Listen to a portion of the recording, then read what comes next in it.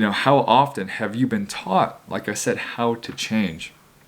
So if we want to inspire change for our athletes, we have to teach them the tools to do so, right? If we want to inspire change for ourselves, we have to have the tools to set ourselves up for the most success to do so. And it's not that you don't want to change, it's that you don't know why you want to change beyond the surface level. And it's a pretty good meme right there.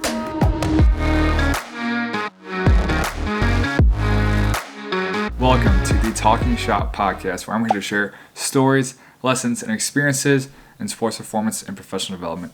I'm your host, Matt Tomans, and I'm super excited to take you through episode 71, Understanding the Process for Driving Change, a Call to Action. So let's get into it. Intro. So the kind of thought process and kind of the plan for this whole episode is just to reflect and share what I've learned on the changes that I've tried to make in my life, those changes I'm currently trying to make, the successes, the failures that I've encountered along the way, and just a reflection kind of tying it back to this world of performance that we all know, love, and live in. And a quote that I've created that I think has done a pretty good job of describing just action in general, right? I love tying all of my podcast material into action because we can talk about this stuff all day, but if it doesn't drive action and change and improve how we actually do our job as practitioners, then kind of what's the point? And it's hard to drive a car with no destination. You can have all of the energy, you can have the coolest cars and oil change all the tires in the world, but if you don't know where you're going, then it's kind of going to be pretty hard to get there. So it's kind of just understanding what is this destination, right? We have all this energy, we think we know what we want to do, where we want to go, but do we understand why we want to drive there, right? Do we understand the actual tools that we have and what it's actually going to take to get to where we want to go? So that's just an analogy. And this Joe Rogan quote, one of my favorite from, I think it was just like an Instagram little snippet, and Joe Rogan was talking about just making change. And of course this is oversimplified, but it really hit home with me. I screen recorded it and it's in my phone and I watch it whenever I need a little kick. And he was like, I don't wake up one day and decide to not brush my teeth. I'll just wake up and I just do it, and kind of as simple as that example sounds, there's one, I think it was from Gary Vaynerchuk, and he calls them VCR questions. Kids my age-ish, I don't know, let's say the people that grew up with technology when the stuff was really getting big, the family would, when that generation was younger, the family got a VCR, and the kids, they just know how to work technology and all of this stuff, and the parents were like, well, how do you rewind it? And the kid's just like, you push the rewind button, so that's a VCR question. And although it's very simple in theory, where it's, how do I start getting up earlier? How do I improve the leadership on my team? How do I XYZ? Well, you just do it, and although I believe in life, let's get existential, that when it comes to action is very easy. It's very straightforward. You either do or you don't. But I do believe that there's a lot more gray and a lot more thought process in the actual application, deciding what your two options are. So that's kind of it's a lot easier to make those decisions when you understand the why and the process. And so that's the Joe Rogan quote. And a theme of my life as I've been applying to jobs and constructing different cover letters and what do I want to portray about myself and different things like that is the best things in my life thus far that I have done as a professional in my personal life as hobbies, productive hobbies, TSP, is once I decide it's a good decision, I just go and do. Like I just have this ability to, once I decide it's a good decision, I just make it happen.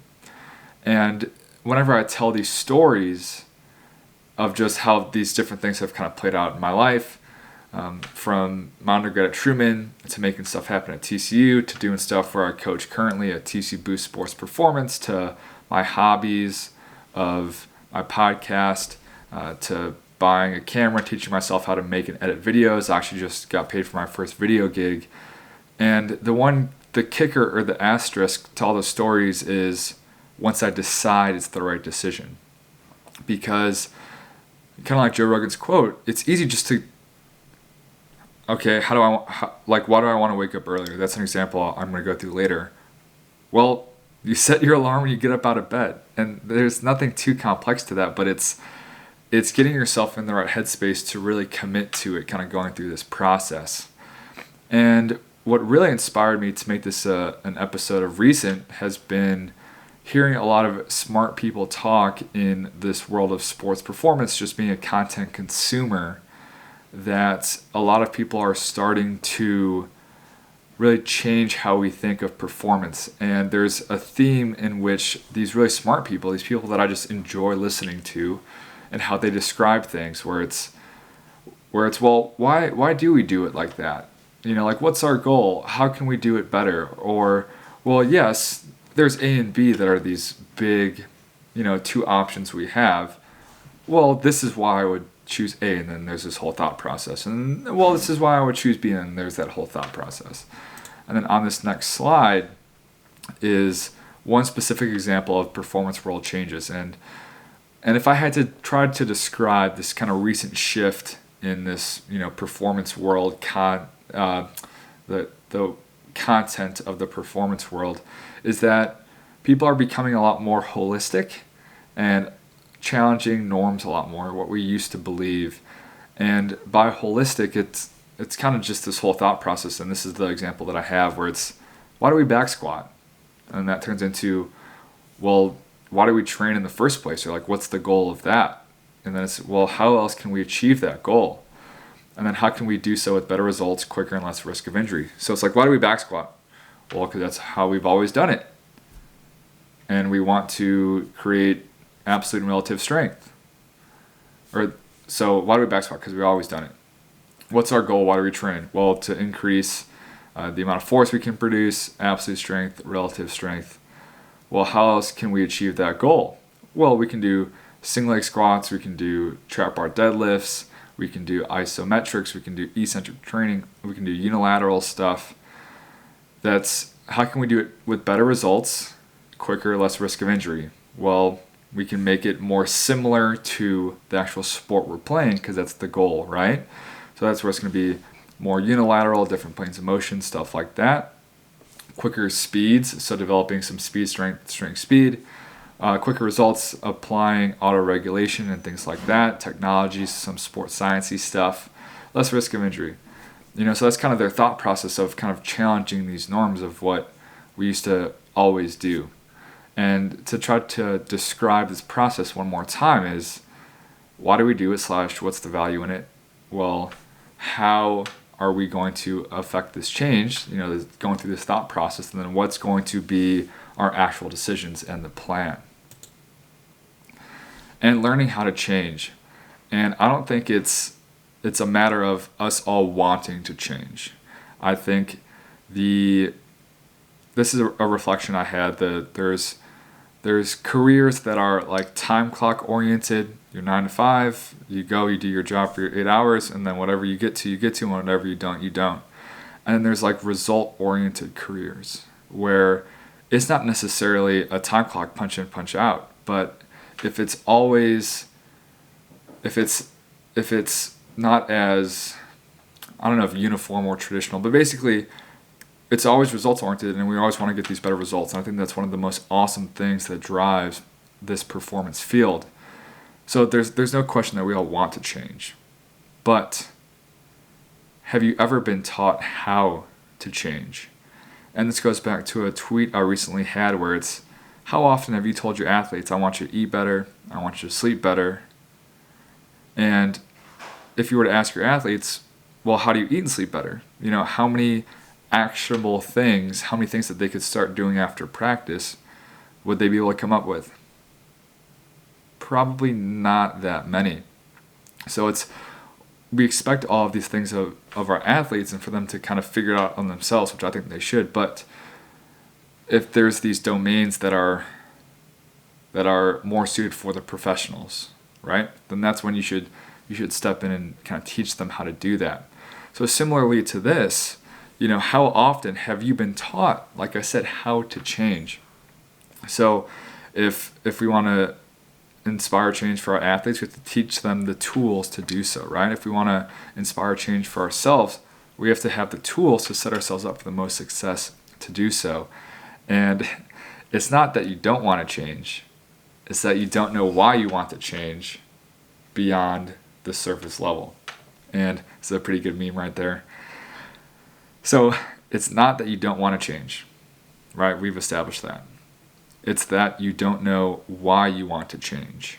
Or maybe you understand on a surface level, right? It makes sense theoretically, kind of upon first thought, like the average person could listen to your goal and figure out why you want to do it. But it's that you don't understand the true value in it, right? And by going through this process of understanding why you want to change and how to actually make that change, how to manifest that change, then you're going to understand that value beyond the surface level. You're going to be able to, you're going to be much more likely to achieve it. And humans are value-based creatures. We do things because we believe that it's going to add more value to ourselves, or we can add more value to other people, right? Everything in a very raw, crude, whatever adjective I'm trying to think of in this context is I do things to add more value to myself, or I do things to add value to other people. And we are all going to have our own different definitions of value. And change sucks. The norm is comfortable. I know how to go to bed around midnight. I know how to wake up around 8 or 9. I know how to write the same programs that I've always been writing with the same modalities and stuff like that. Feeling like a newbie again, not understanding a certain technology, like that's not fun. Waking up earlier isn't fun. Having those tough conversations with your athletes and your colleagues isn't fun. And you aren't going to change just because it seems like a good idea, or because it makes sense, or you saw that one person on social media and it sounds cool. So like I said, you can understand this value on a very surface level, but it's going to take a lot more than that to really have lasting and meaningful change. So going through this process, this is nothing groundbreaking, but going through this process of understanding really why you want to change and then how to actually go about doing it is going to really show why it is worth your time, and also how to get the most out of your time. So it's just really understanding why the value of the result is going to be worth the value of the effort. So the process for change. So it really starts with the change you want to make and then reverse engineering from there. And this is something that I've recently adopted a lot. Thank you to Kyle Voigt, who's been on TSP. I'm going to mess it up. Was it 59 and 62? Kyle has been on two podcasts, and he's a big proponent of the starting with why. And if you understand why you're doing things, and then you go to the how you're going to support that why, the what will almost always take care of itself. And it's pretty similar in this context, just this flow of why, how, what, when it comes to making changes in our own lives as professionals, etc., etc. So you start with the what, the change you want to make, and then you reverse engineer from there. So there's these 4 bullet points. What do I want to happen? So that's the change. There's the value. Why do I want to make this change? There's the plan for how am I going to make this change? And then there's the execute of the what will the change actually be, like the actual steps, the actions I'm going to take. So change, value, plan, execute, what, why, how, what. And I made this into a little circly flowchart thing. So you start with the what and the goal, and then it goes to why, value, it goes to how, plan, it goes to what, execute. So another way to visually represent that, if you want to write that down, whatever makes the most sense to you, that's going to stick. And I have 3 examples that I'm going to go through, kind of just going through this process to see if it can help you wrap your head around it. So the change, waking up earlier, I've alluded to this multiple times in this episode. So this is a change that I've tried making before, I'm trying to make now. I've had some success, some failure, So why? I want to be more accountable. I think it's a good challenge, and I want to get more stuff done. Now, do people I feel like romanticize is probably the appropriate word for this context on social media. Oh, I get up at 4 and I grind, and Mark Wahlberg gets up at 3:30 and works out for 17 hours and whatever it may be. I don't know why I brought up Mark Wahlberg, but I know that his daily schedule is out there on social media a lot. But so I can be more accountable and I can get more stuff done. Well, how do I wake up earlier? Well, it's not that I can't set my alarm and get up out of bed, right? It's can I get myself into bed at a decent enough hour to get the sleep I need to then wake up earlier, Because if the how, well, how do I get up? It's a Joe Rogan VCR question, right? How do I get up out of bed? You put your alarm on the other side of the room, you set it early, and you turn it off and you get up out of bed. But I know myself from my own reflection, successes and failures, is it's not an issue of getting up. It's an issue of going to bed at a decent enough hour, like I said. So that's how I'm going to get up earlier, is going to set myself up for success to get up out of bed earlier, right? And going to bed earlier. What? So I'm going to get up early, challenge myself to keep a streak, trying to gamify it. I'm going to create a schedule for what I'm going to do with those extra X amount of hours. And this is where the value is really going to come into play. Because, right, on a surface level, the first why, or the change, is I want to be accountable, I want to get more stuff done, right? I'm going to have X amount of hours in the day, whatever it may be. Well, if you want to wake up 3 hours earlier, then you also have to go to bed 3 hours earlier. Going to bed from midnight to 8 is the same amount of time awake going to bed from 9 to waking up at 5. So it's not necessarily those extra hours, it's that it's quiet in the morning, it's more peaceful, I'm more focused, the rest of the world is sleeping, so there's less distractions, and that if I save those 3 hours for the end of the day, then I could get all wound up before I'm going to bed. There's a lot more distractions that could happen throughout the middle and towards the end of the day that could get into those 3 hours that I planned to execute on whatever I have to do and get done. So by creating a schedule, saying I'm going to move XYZ to these morning hours, right? On Mondays, it's going to be recording a podcast and reading. Tuesdays is just going to be reading. Wednesdays is going to be working through one of my 3 self-development topics 1 and 2. Thursday is going to be topic 3 and read. And Friday is going to be a workout. Or I can work out on all of those days. I don't even know. But as just going through this example, by understanding why I want to do it, by understanding what I have to do and kind of how to achieve that, right? How to set myself up for the most success. But then, it's one thing to say, I'm going to get up early. And it's another thing to say, I'm going to get up early and I'm going to do X. So I think that's a really good example. And then you can extrapolate that out to whatever change you're trying to make for yourself. Example number 2. Let's say we're practitioners, S&C coaches, sport coaches, whatever. I want to develop more leadership on my team. Right? Sounds good. Culture, all of this stuff, leadership, calling people out, accountability, all of these things. Well, why?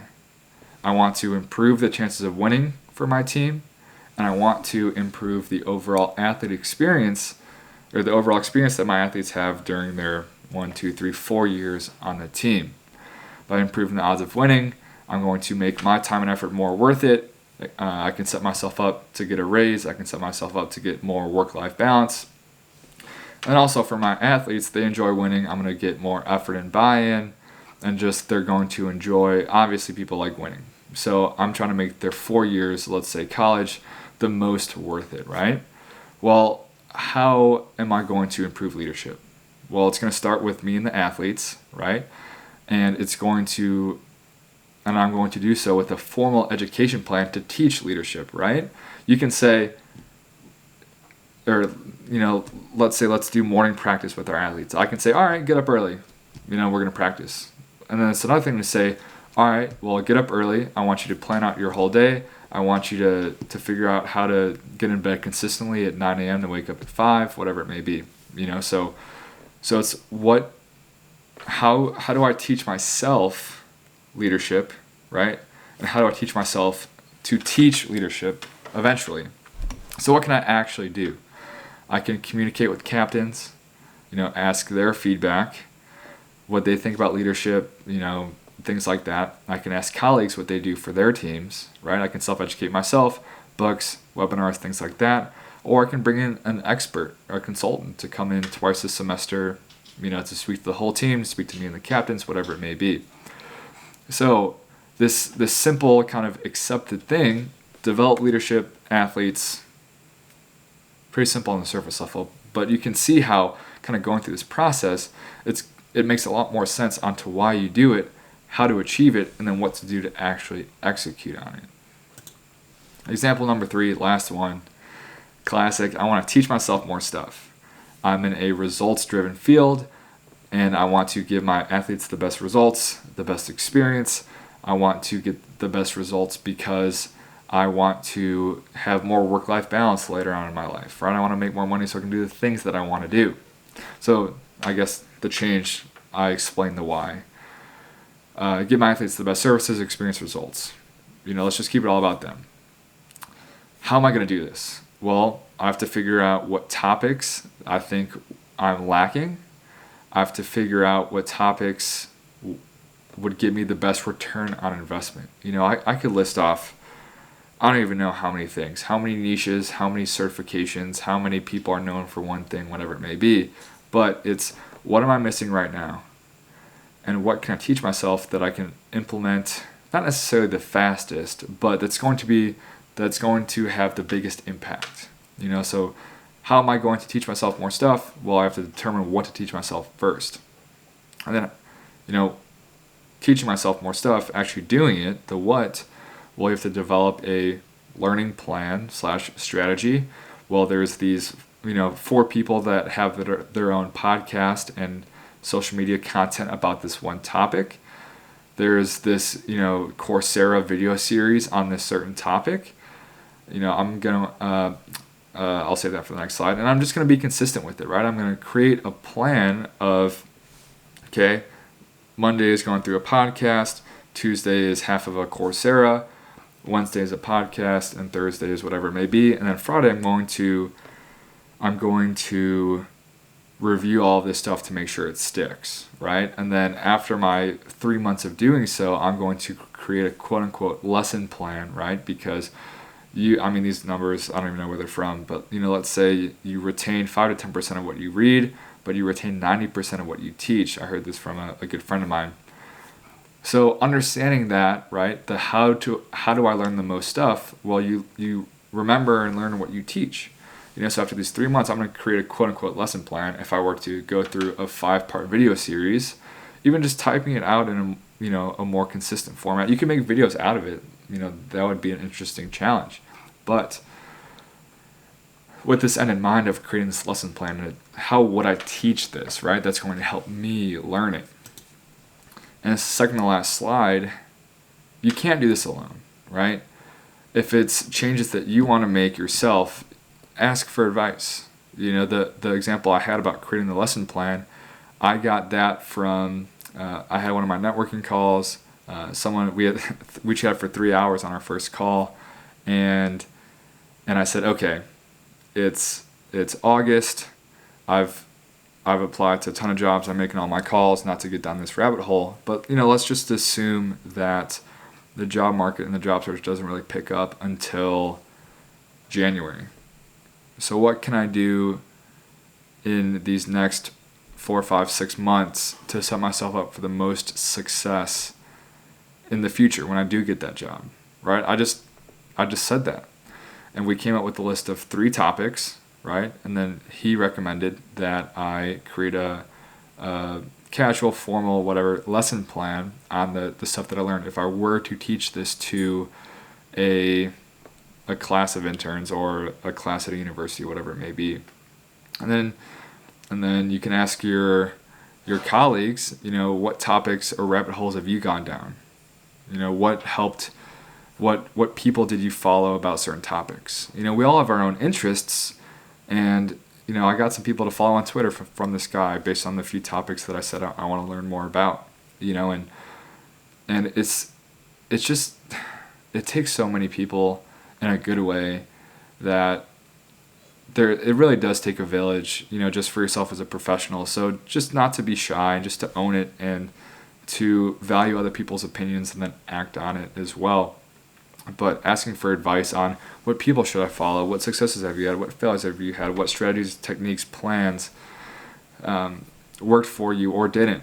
So that's asking for yourself. And then for your athletes, asking them for feedback, asking the captains what you like, didn't like, what do you guys think we can do to become better, et cetera, et cetera. So, or if it's changes for yourself, but it's for the goal of your athletes, then asking them like, did you guys notice what you think, da-da-da. So just to put that out there, like a very big resource is the feedback of those involved in the process or those just involved in your life in general. And this is the last slide, the action steps, right? If you want to make a change, you have to understand why you're doing it beyond a surface level. So going through this process of what change do I want to make? Why do I want to make it? How do I make it happen? And then what do I actually do? So it's what, and then why, how, what. And that kind of goes in this circle. And going through this process, just illuminating things is going to add value, because not only the changes that you're actually going to carry through with, you're going to understand why you're doing it, and the changes that you thought you wanted to make that really don't have a lot of value or place in your life right now, you're going to discard.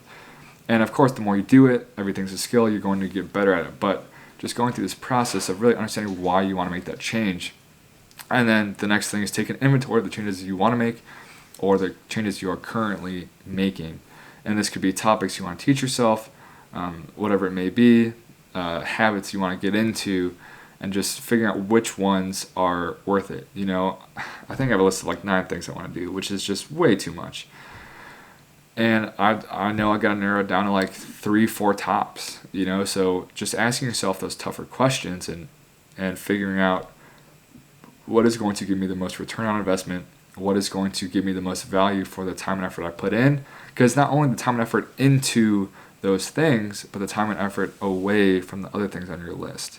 So just understanding the value that goes into it versus the value you get out of it, and just asking yourself those tougher questions. And then also ask a lot of this whole process is question oriented. Why do I want to make it? How do I make it happen? What do I have to do? What do I want to do? And think outside the box. And even if a simple question is, go through your whole program, right? Go through your whole leadership course. Go through your whole staff meeting notes and say why did we do X? Why did we do Z? Why did we do Y? Because that's how the alphabet goes. And kind of just not challenging the norm just to be trendy and cool and ruffle some feathers and just because that's the thing nowadays, but doing it because you're inquisitive and you believe that it can be done better, but you have to understand why the current way things are done isn't the best and how a new way of thinking and doing is going to be better. And then figure out how you can make that transition. And I think that's a very good way to wrap it up. Thank you very much for your time. I hope that makes a ton of sense. I'd love to hear your feedback. Please let me know. And the Talking Shop Podcast. Thank you very much for your time and listening.